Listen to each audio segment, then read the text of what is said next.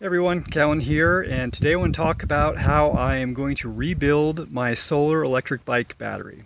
And here's the battery. You can see it's kind of a little bit jerry-rigged together. It's got some wooden posts with some like tie straps to try and hold it together.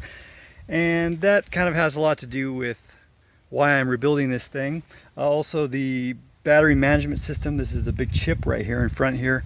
It also is broken, and so the battery's in kind of a little bit of a dangerous state, because the reason I have these boards on here is to hold it together. And I've got this cool set called Veruzen, which is it's a cool battery building set, except that every once in a while a few cells will lose contact with their metal point, and that can be catastrophic because you could have a whole bank of energy right there, which is going to fill up with more energy than it's supposed to be able to hold because it thinks it has more cells, right?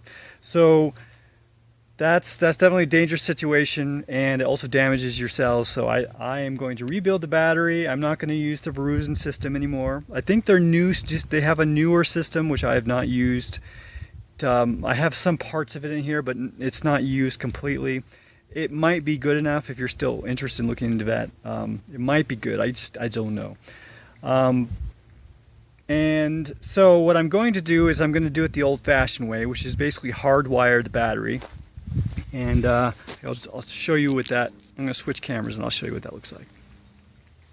Okay, so this is, I had some extra batteries, and so this is the way that I'm putting it together now. And then I'm going to take this battery apart and add to it, right? And this battery is actually going to end up a little bit bigger than it was before. You can see these are just metal strips that comes in these rolls right here, and you just cut them to length. And then you use a spot welder, which this is a USB powered spot welder. We have to charge the battery, and then these things plug into here. And you just, if you can see on here, it's got little dots. That's where I touched it, and it basically melts through and connects it to the battery. This is the type of lithium cell that I'm using. You see I've measured the capacity a couple of times in its life, and I said on the May of 2021 it had this many amp hours, and generally all of the batteries are going to have that much. And you basically put these things on top, and you can see that they grid into each other, and so that's basically the structure of the battery. Here's a look at the old battery with some of the board taken off and also some of the tape taken off. So it's important to have the tape on, because if anything metal goes across these gaps right here or right here, then you're basically shorting all of that grouping of batteries, and that can result in a fire, and it's probably going to destroy whatever metal laid there. And if it's a heavy enough piece of metal, it's going to totally destroy the battery. So you got to be careful when you got this stuff going. It basically runs like, so we got the positive end right here, and so it goes like this. So this is 4.2 volts. This one's 4.2 volts, 4.2 volts, 4.2 volts. Every time we do this, this is the path of the electricity, right? Because of how the metal is connected on the bottom. So it's basically a big snake that adds 4.2 volts to the end, and then it's 54.6, which is what the solar e-bike runs on. So that's 13 cells in series, and then everything in parallel is just basically adding capacity. So this is a very big battery. It's gotten me like 55 miles up a mountain road. So it's a lot of energy.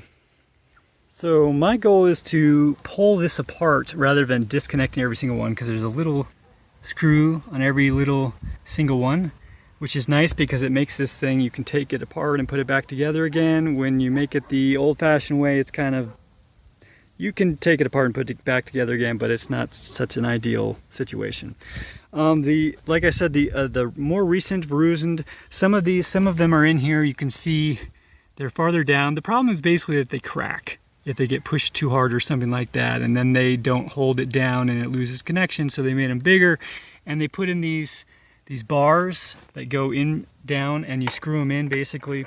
But you know, most of mine are the old version, so you know, I still get lots of problems. Okay, we came into the tent because I learned that I'm going to need to actually unscrew every single one of those which is going to take a really long time. So I'm just going to turn on some tunes or something. Okay, I've got the battery about a third taken apart. You can see it's got the little metal spring in there. That's what makes contact usually. And that goes back to the little posts you can see. You can see just post by itself there. And basically these are the little strips. They got holes in both sides and the little screw things. So I just want to talk a little bit about how this works. So basically, if you think about just this row here, this alternating row, it is basically a series connection. So each jump, you can ignore the rest of this, and this is one battery right here. This could fuel my battery pack at 54.6 volts. Not very long, but it could, because it would be the right number of volts. Now, then you add another row of the exact same thing, and you can see everything's the same going down. That's in parallel. That's adding capacity. So everything downwards is just more juice. And throwing these ones to the side because they're the ones that got overcharged, and so they're probably a little bit weaker now than the other ones. And then I'm making a new pile over there of the ones that I'm going to put into the battery pack. Okay, now I'm going to start adding the batteries to this other battery pack, and I do that by just taking these things, making the first row. You can see we've got the negative to negative. I'm basically just adding it to this row, and I'll keep going down the line, and then I'm just going to fill the whole thing out, and then I'll do the soldering or spot welding. Okay, so we've got all the cells up, and this is basically, again, 13 in series and then 11 in parallel. So this is almost a 2 kilowatt hour battery pack, which is quite a bit. You can see I already put the first parallel strip here, and I'm going to do the same thing right here. I'm going to take these two rods, and I'm just going to try and keep this lined up, and then I'm going to touch one, and then I'm going to touch the other one. Oh, and it didn't work. It's because I got to turn it on. One more time. And it is spot welded. So now I'm just going to do all the parallel lines, and then I will do the actual series lines, which let's see what it's going to be. So this will be alone by itself. So this is the negative terminal of the battery. You can see it's by itself. There's no series line. And then the positive is going to be on the right side over here underneath. And then I will have lines going across just like I do up here. Same thing all the way across. And then I will do the same thing on the opposite side. Okay, several hours later, and we have one side of the battery. You can see this is the negative end. And then all the V's are, of course, it going up and down. So what I'm going to do is I'm going to do the bottom now. I'll put the parallel lines in. And then it's going to bridge basically across here, except down here, right? So it's going like this, like I said. Now this next part's actually pretty dangerous because now that these are all set up, even a little piece of metal touching between two cells is going to have all the cells sending electricity through that one little piece of metal. So I'm going to be taping this all up, and then while I'm working, I'm going to have the whole thing taped except for exactly where I'm working. Now it's already getting to be almost sunset now, so I guess I'll finish this tomorrow. Okay, so it's the next day, and I already went and did the other side, so this is basically all done. You can see this is now the single strip of positive ends. So this is the positive end of the battery. Again, this is the negative end here. And here, let's check the voltage and just make sure that we didn't screw this up. So I'm going to touch this, and then I'm going to touch this, and it says 53 volts, and that's about right because I didn't charge all the cells up. They were about 4.10 or around there or so. So that's what I want. And now what I'm going to do is I need to connect the output wires, that will go to the bike, and I also need to put in the charging wires. So I'll probably put the charging wires in on one side and then the outgoing on another side. And what I'll need to do is, because of how this battery works, like these metal pieces here, they can only handle so many amps, and it's fine, especially since I have in the series, I have one going across every single time, which actually divides the amount of amps that it has to send. So all of these are actually going to be totally fine. But these, especially where I connect my wire, is going to be sending all of the amps that the battery generates, which is more than this metal can handle. So I'm going to put down an extra strip, and then I'm going to put down another strip which isn't as long, and then another one that isn't as long, and then another one that isn't as long, or something like that. And basically, because as you get closer and closer to the wire, more and more amps are going into it. And then I'll probably just wrap the wire underneath that and then wrap it around and tie it or something. I'm not really sure. It's probably not the best way. I probably should use a soldering iron or something like that, but I just don't really want to. So I'll show you what that looks like when I'm done. Okay, so this is the positive end again. This is the charging port. See? And the positive end is going into the positive side of the battery. You can see I have a fuse here, so it should never go 30 amps. It would be crazy if the charger was doing that. But you know, if you short something, you want to make sure that it's not going to keep a steady flow, that something's going to break, and you want this to break. I should probably lower this to more like 10 or maybe even 5. I think that I wouldn't exceed 5.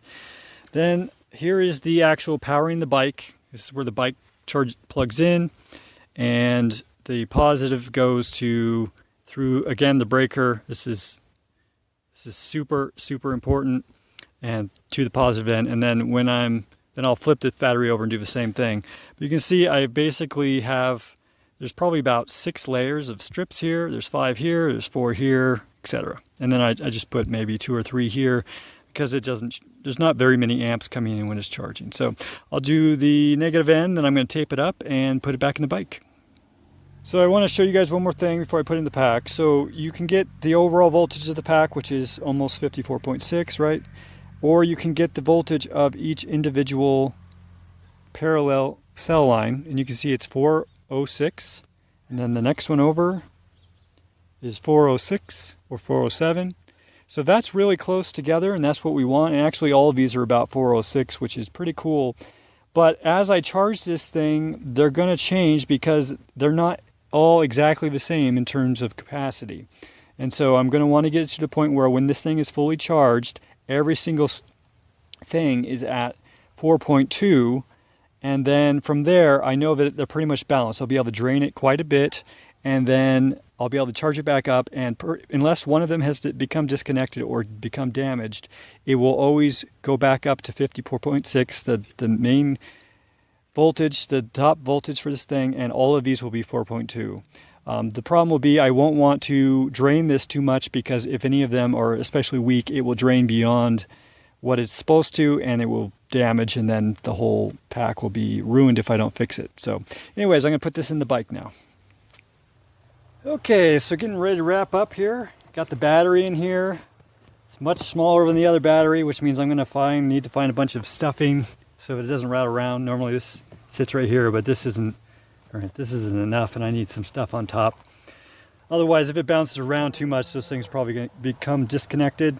It's connected to the bike down here. Then I put this lid on top. And oops. This thing connects me to the solar panels, and this thing connects through the charging port. So solar panels go into here, and it comes out here and goes here, and I plug it into the charger that's poking out here. So I also want to show you guys this thing. I can't remember what this is called, maybe like a buck or some sort of converter, and it connects to the battery as well. And I actually use this more than I use the bike, because the bike's usually just sitting here. It's for moving from place to place. I don't really travel all that much. This thing basically allows me to put current towards anything that's less than the 54.6 that the battery does. So that means I can do 12 volts, which is what's in your car. So anything you can plug into your cigarette lighter of your car, including a USB charger like this, can go in here, and lots of other things, including like water, little thermoses that heat water and things like that. So I can use this battery to charge everything. It's basically like my household power system, and it's charging with solar. That's a solar panel right there, and it sits right next to my house, right? And now I've plugged it back into the bike and I'm just going to check to make sure it's working. All right, the bike turns on. Now I'm going to try turning on the headlights. You see the screen gets a light too. And yep, the light's working. And I'm just going to give it a little bit of throttle to see if it budges a little bit. Yep. So this will probably work, but it's getting dark and I don't really want to test it right now. So you guys, it is possible that when I try and actually put a lot of load on this thing and go on a long journey that something's going to break down, but I'm pretty confident I set this up right. So we're just going to assume I did a really good job, and if it screws up then I'll make another video about it. So if you don't see another video, it's working great. All right, see you guys later. If you enjoyed this video, I hope you'll share it with someone that you care about. It helps them, it helps me, and it'll help you feel like a healthy type of person. If you're feeling extra generous, you can head on over to cahlen.org/gift, and there you can basically learn of ways to help me feed myself, shelter myself, and to upgrade and repair my gear. All donations give you the option of having a 1-hour life coaching call with me. So, thanks again for watching.